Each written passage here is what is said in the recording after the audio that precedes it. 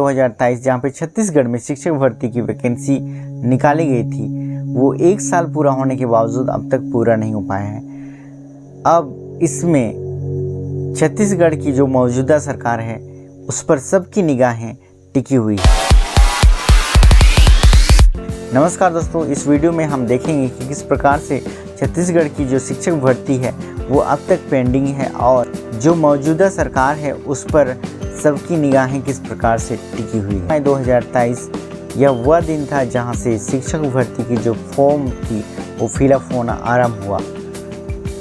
इसके पश्चात इसका परीक्षा भी कंडक्ट किया गया और उसका परिणाम भी दिया गया।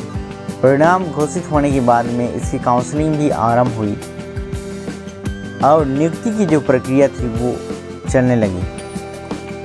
इसके तुरंत पश्चात ही बीच में हम देखने पाते हैं विधानसभा का चुनाव आरंभ हो गया। चुनाव के पश्चात जो नई सरकार हमारे राज्य में बनी, उन्होंने नियुक्ति की जो प्रक्रिया है उसको आगे बढ़ाई और व्याख्या में 5वीं लिस्ट तक जिनका नाम आया उनको नियुक्ति दे दी और शिक्षक में भी उसी प्रकार 5वीं लिस्ट तक जितने लोगों का नाम आया उनको भी नियुक्ति देगी। लेकिन हम देखने पाए कि सहायक शिक्षक की जो भर्ती थी उसमें 4थी लिस्ट तक का बस काउंसलिंग हो पाया, उसके पश्चात उनको नियुक्ति दे दी गई। क्योंकि आप सभी जानते हैं कि बीएड और डीएलएड के बीच में कोर्ट केस चल रहा था।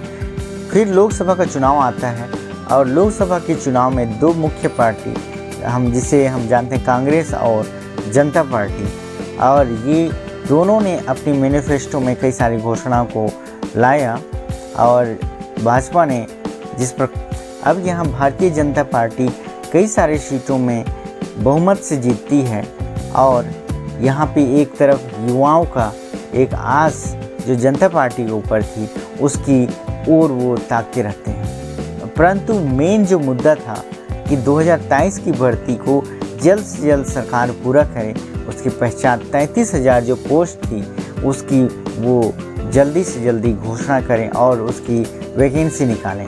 इसी दौरान हमारे वित्त मंत्री जी ने कई सारे ऐसे बयान दिए जिससे युवाओं का दिल टूट गया। मैं बोलना चाह रहा हूँ, सरकारी नौकरी निकल भी जाएगी तो तुम सबको मिल जाएगी, लेकिन पाओ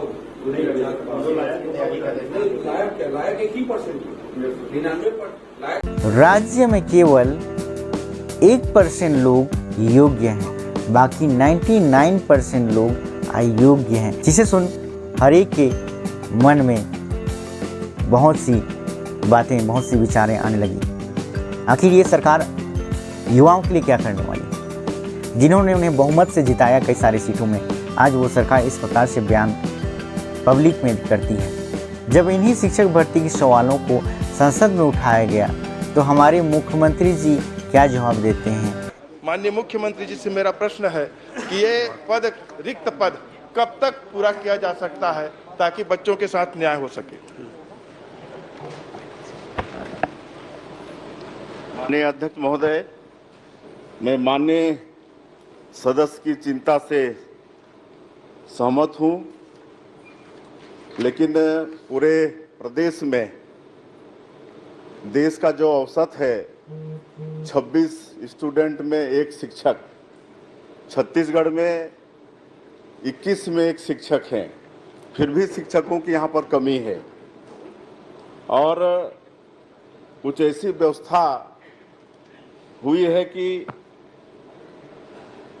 प्रदेश में करीब 300 शिक्षक विहीन स्कूल हैं और करीब 5,500 एक शिक्षकीय स्कूल हैं। तो इसके लिए युक्तियुक्तकरण की प्रक्रिया जारी किए हैं और युक्तियुक्तकरण में ये जो अव्यवस्था है ये दूर होगी।